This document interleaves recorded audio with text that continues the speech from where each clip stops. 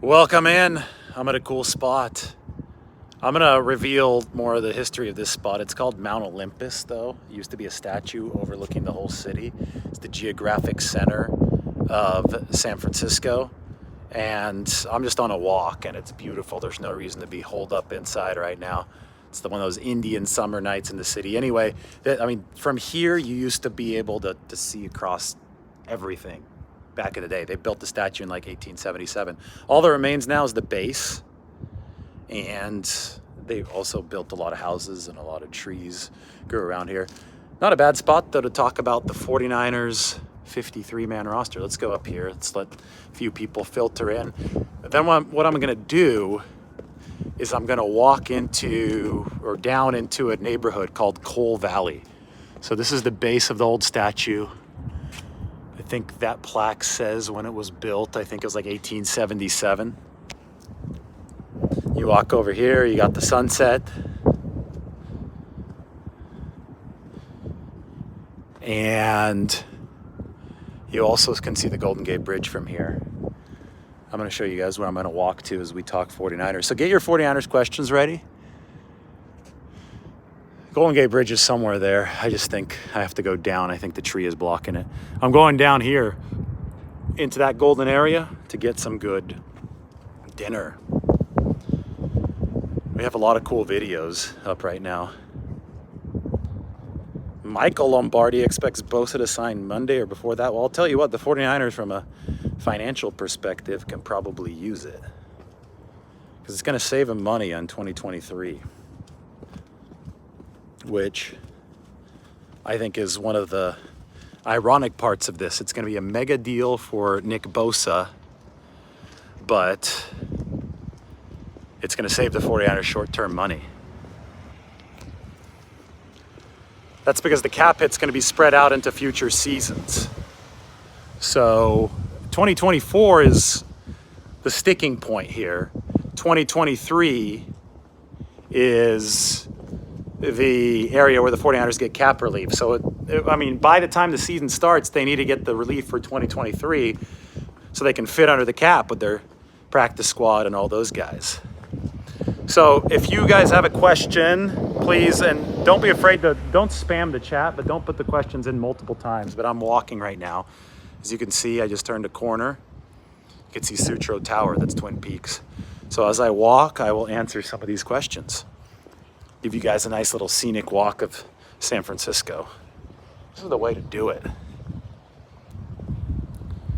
Yeah, Bosa's not getting traded. I wouldn't worry about that. Please stop obsessing over Reddit posts. I don't think anybody's contacted Robbie Gould. I do think the 49ers are looking for shorter term solutions at kicker while Jake Moody is out. Do you think Kalia Davis takes Kinlaw's spot? There are no defined spots in the defensive line. Those guys like to come in waves. It's not just 4 guys playing all game. You try to have 8 guys, at least 8, maybe even 9 in some games, to stay fresh. That's how the 49ers defensive line works.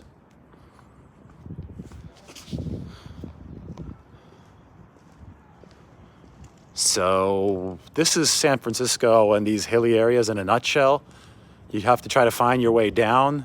As you can see, we're going to go down into here is the goal. So we probably have to take these steps. And I think the 49ers will spend minimal money on a kicker. I think that's the goal. How about this? There you go.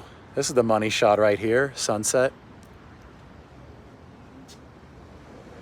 What do I believe the real reason why Bosa hasn't signed? The real reason is because this is business. It's a stare down. It's a financial stare down right now. The 49ers want the best terms possible. Bosa wants a lot of money. He might want to exceed Aaron Donald. And the 49ers have a tight cap situation. I think it's as simple as that. In business, when you have a negotiation like this where both sides want something different, then both sides are going to have to compromise, right? And I don't think that either side is compromised. Now, what happens is the hard deadline can lead to the compromise. And the hard deadline is week 1. Because in week one, Nick Bosa's a salary of $17.9 million right now would start losing $1 million a week. And he'd also be losing money because if you have to consider the opportunity cost of not having signed a new contract offer from the 49ers. So that obviously would, I think, theoretically push Nick Bosa to try to get something done. And the 49ers would also be pushed to get something done because the 49ers, do not want to miss out on having the Defensive Player of the Year on their football team once games start counting. So both teams are incentivized, or both sides are incentivized to get something done at a certain point. That doesn't stop it from being uncomfortable right now, right?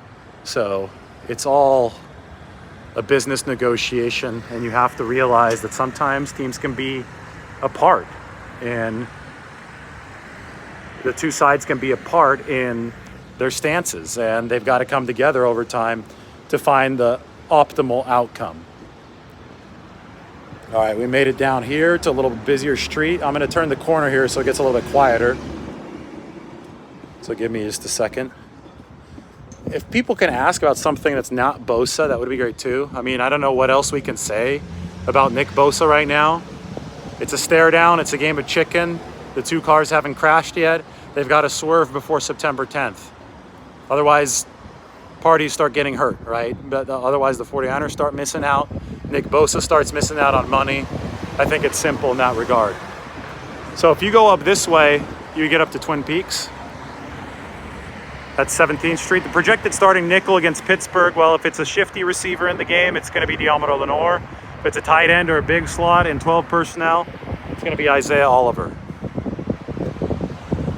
Interior defense against the run is worrisome. I don't know how you'd be able to know. We haven't seen the 49ers play yet this year.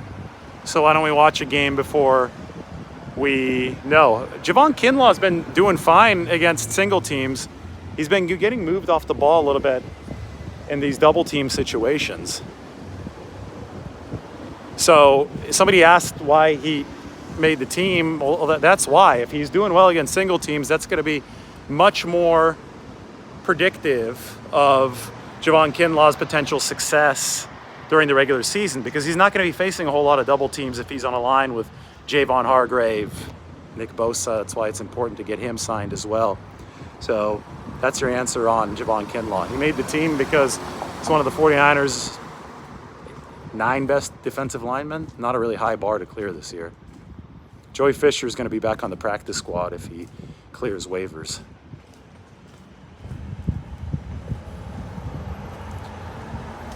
Somebody asking if Nick Bosa is going to struggle at the start of the year after signing his contract like Deebo Samuel. It just depends on what kind of shape he comes into. Third linebacker role, well, if Warren Burks is hurt to start the season, Demetrius Flangen-Foles, the 49ers have both D. Winters and Jalen Graham on this 53-man roster. So both rookies made it. And both rookies were electric in the preseason, but it wasn't like they're without mistakes. I think there was some run fits that they didn't get. So it's going to be a work in progress for all of these players, especially the young ones. But they made the football team because they're too valuable to waive. They would have gotten picked up by somebody else, and now the 49ers can develop them behind the veterans like Warren Burks and Flangen-Foles. We will get an update on Jake Moody's injury timeline tomorrow. Beautiful evening in the city. Latu did not get cut. They're redshirting Latu. Latu has a meniscus injury, and he is on injured reserve, so he can't play this year. But, you know, if the issue for Cam Latu was the playbook being just too much for him, and because of that, he was not focused on catching the football, and that's the word that I was getting, was that he was swimming in the playbook. Even though he can't practice on injured reserve, Cameron Latu is going to be able to learn the playbook over the course of this year while he's on IR. So that's a good old redshirt stash for Cameron Latu. I'm heading down in the Coal Valley, beautiful San Francisco. A nice, quiet, peaceful night. Evening. I'm probably going to eat at Zazie, a little French restaurant. It's going to be really good. What are the chances Willis becomes tight end 2 by the end of the year? Ooh, that's a tough one. Depends on how rapid the progression is. Right now, I think death taxes and carrying 4 tight ends on the 53-man roster. That's the way that Kyle Shanahan operates. So he's going with veteran dependability behind Kittle with Charlie Werner and Ross Dwelly right now. But Braden Willis did something right to earn a spot on that 53-man as a rookie. And I think he's number 4 on the depth chart right now, but there is an opportunity for somebody like Braden Willis to climb that pecking order over the course of the season. Sunset time. Everywhere you turn in this city is scenic. It really is cool. And you go down these steep hills, these quiet neighborhoods.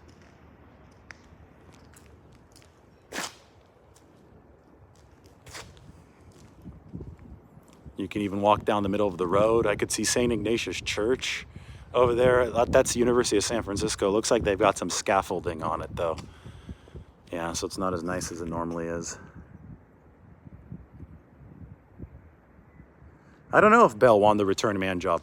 One thing you have to keep in mind is that this is just the 49ers' first 53-man roster. It's the initial 53.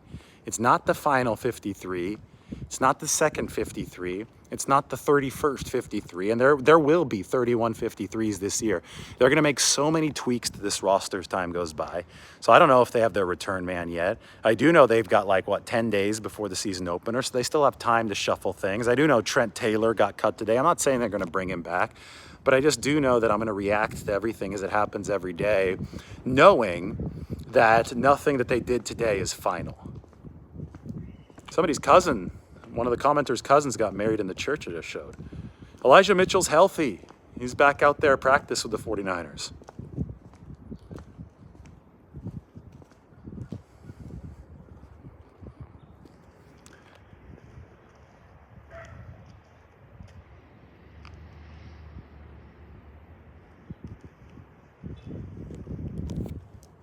So I got to head down into Cole Valley. I think I'm going to dip.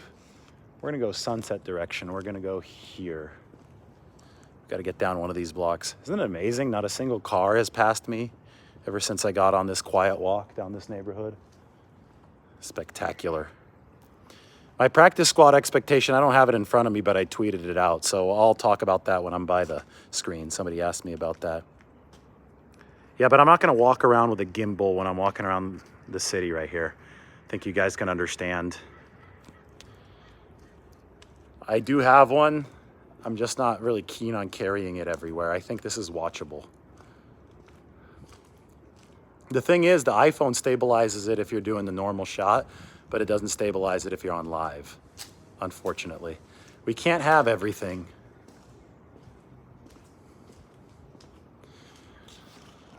Trey Lance in Cowboys gear, people talking about that. He had his opening press conference today.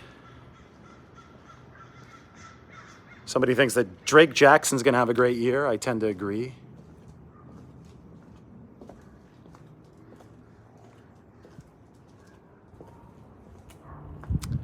I don't think Bosa's going to be traded. Everybody's talking about that, but come on. Just because you saw something on Reddit, you can also look at the defensive line videos that I've put up. I talk about how that's different than the DeForest Buckner situation. People won't listen, though. People will still freak out for a while. I do think that trading Bosa would not be the smartest move for the 49ers.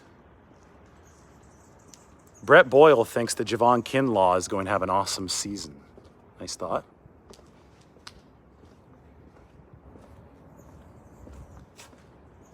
All right, we've reached Cole Street. Cole Street is going to be the little business center of this neighborhood. I just love the tree-lined streets in this area of San Francisco. Especially on warm nights like tonight. Then remember this tower? Now we're underneath it. It's not somebody asking me what the maximum contract for Bosa without compromising the cap is. It's not, I can't just give you a simple answer. It's going to have to deal with guarantees. It deals with structure, when money is paid out. Salary cap is a complex beast, so we can't just look at it in terms of X amount of dollars. And I think that's why a negotiation like this can take some time.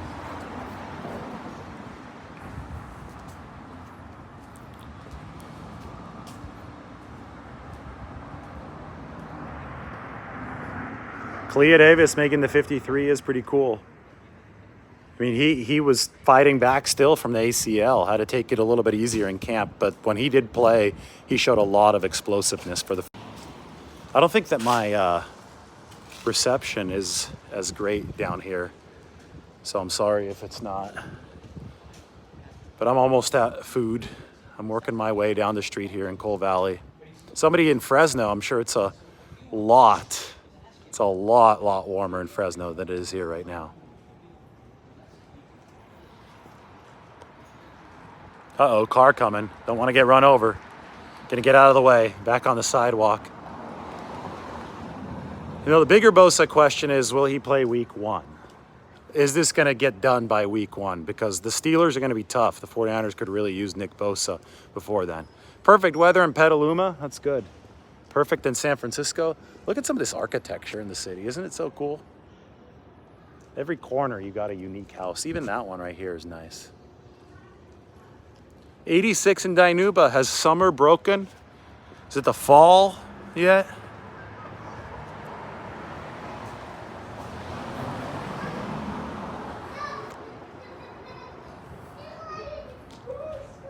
Take your wine. First, take your wine. 100 degrees in Fresno. Wait, how is it 86 in Dinuba and 100 in Fresno? Doesn't make any sense. 98 in Orange County? Holy crap. Jeez. 72 in San Francisco. Do you want me to shout out to Dave, or do you want to shout out from me? Oh, shout out to American Samoa. Hell yeah. I want to go to American Samoa one day. Don't they have the most American football players, like NFL players per capita from a country outside the... Well, I mean, American Samoa is part of the U.S., but from outside the U.S. mainland, don't they have the high... Like, they produce a lot of football players. Shout out to American Samoa. All right. We have made it to Coal Valley. So you got La Boulange here. Nice croissants. Obviously, they're closed. It's the evening. I'm going to go to dinner on this street. And that church that we were talking about earlier, St. Ignatius, is right up there.